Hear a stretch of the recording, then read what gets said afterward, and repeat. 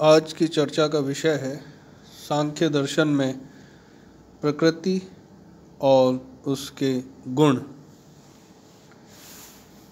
हम प्राय जब जगत को देखते हैं तो यह पाते हैं कि इस जगत में अनेक प्रकार की वस्तुएं हैं, जैसे नदी, पहाड़, कुर्सी, टेबल इत्यादि।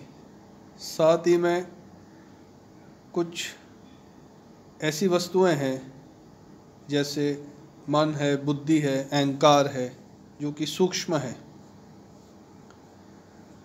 इस प्रकार से सारा जगत जो है ये कार्य है या कार्य इफेक्ट का प्रवाह है। विश्व का कारण पुरुष को नहीं माना जा सकता, क्योंकि पुरुष को सांख्य दर्शन में कार्य कारण की श्रृंखला से परे माना है। वह इस श्रृंखला से मुक्त है। पुरुष न तो किसी वस्तु का कारण है और न ही कार्य। इसलिए इस जगत का कारण पुरुष को छोड़कर कोई अन्य ऐसा तत्व होना चाहिए। और कुछ भारतीय दार्शनिकों ने, जिनमें चार्वाक, बुद्ध, न्याय वैशेषिक और मीमांसा प्रमुख हैं, उनका कहना है कि जगत का मूल कारण पृथ्वी, जल, अग्नि, वायु ये परमाणु हैं। लेकिन सांख्य दर्शन इस मत से, इस विचार से सहमत नहीं है। जगत में दो प्रकार की वस्तुएं दिखाई देती है, जिनमें एक स्थूल है और दूसरी सूक्ष्म। नदी, पहाड़, टेबल, कुर्सी, ये पेड़ पौधे, ये इत्यादि, ये जगत के स्थूल पदार्थ हैं। लेकिन इस संसार में सूक्ष्म पदार्थ भी हैं, जैसे मन, बुद्धि, अहंकार इत्यादि।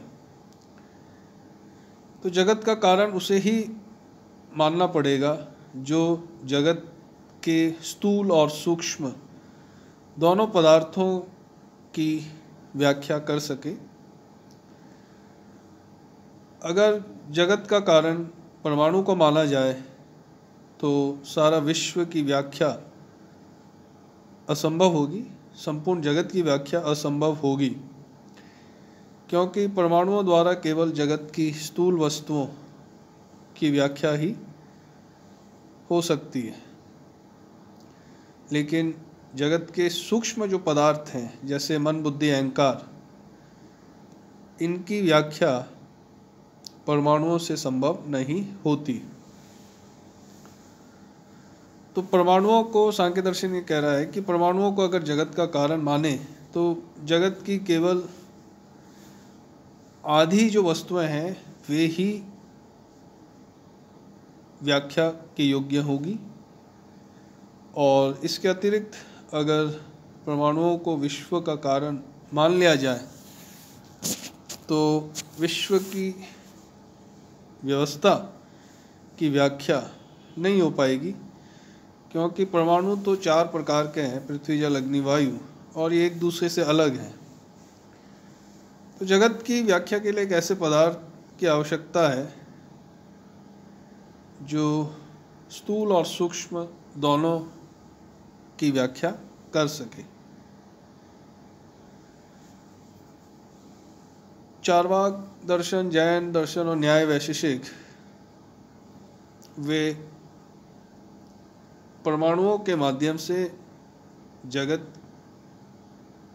की व्याख्या करना या विश्व का कारण परमाणु को मानना, वे इससे सहमत नहीं हैं। अद्वैत वेदांत और बौद्ध दर्शन में, महायान, जगत का कारण चेतना को मानते हैं, लेकिन ये विचार भी अमान्य प्रतीत होता है, क्योंकि कॉन्शियसनेस से, चेतना से केवल जगत के सूक्ष्म पदार्थों का ही व्याख्या संभव है। कॉन्शियसनेस या चेतना स्थूल पदार्थों की व्याख्या नहीं कर सकती, इसलिए अद्वैत वेदांत एवं महायान बौद्ध दर्शन की व्याख्या और चार्वाक न्याय वैशेषिक इनकी व्याख्या भी अपूर्ण मानी जाएगी। सांख्य ने इसीलिए विश्व का कारण मानने के लिए वह प्रकृति की स्थापना करता है।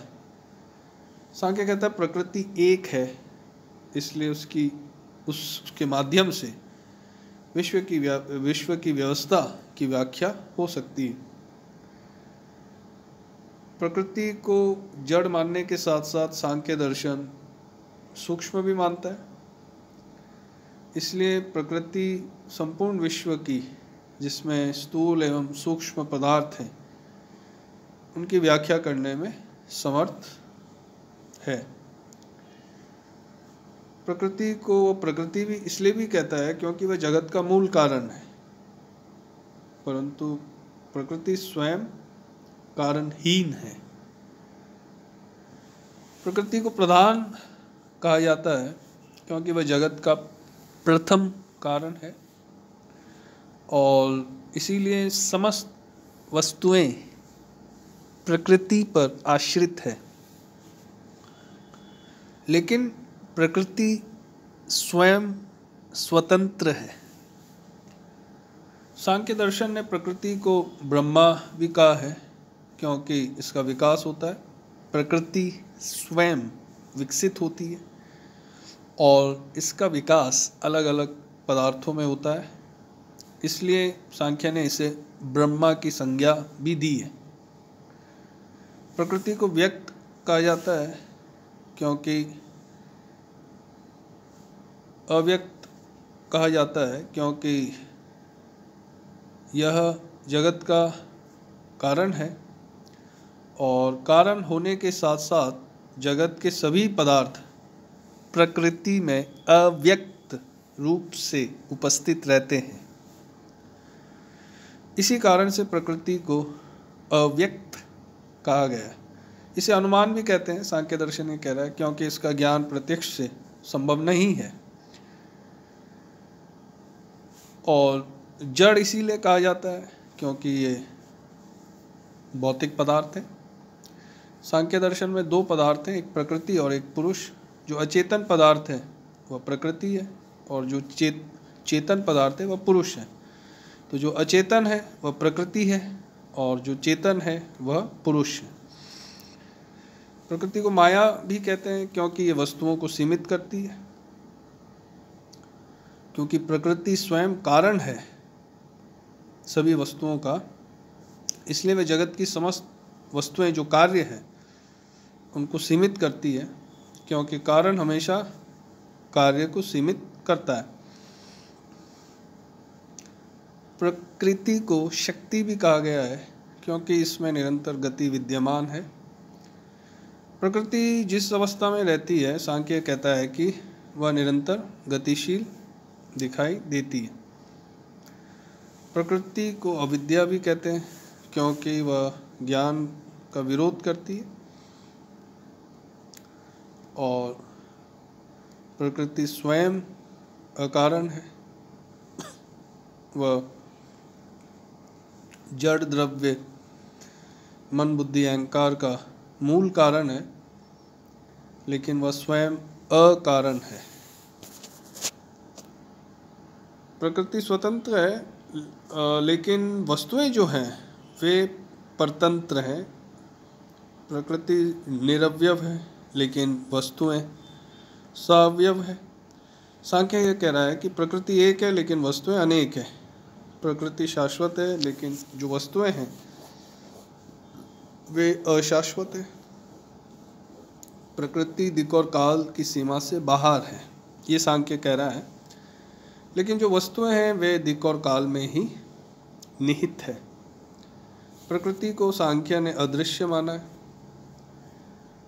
अव्यक्त माना है और अचेतन माना है। प्रकृति अचेतन है क्योंकि वह जड़ है, लेकिन अचेतन होते हुए भी प्रकृति को सांख्य दर्शन सक्रिय मानता है। प्रकृति में हमेशा क्रियाशीलता दिखाई देती है, तो प्रकृति एक क्षण के लिए भी निष्क्रिय नहीं रह सकती। प्रकृति को सांख्य ने व्यक्तित्वहीन भी माना है, और प्रकृति एक है फिर भी उसका जो स्वरूप है वह जटिल है। प्रकृति में सांख्य कहता है कि 3 प्रकार के गुण पाए जाते हैं, सत्व, रजस और तमस। और गुण का यहाँ पे अर्थ है तत्व या द्रव्य। तो गुण प्रकृति के तत्व हैं या द्रव्य हैं, और तीनों गुणों की जो साम्य अवस्था है उसे ही प्रकृति कहा जाता है। इसलिए प्रकृति को त्रिगुणमय भी कहा गया है।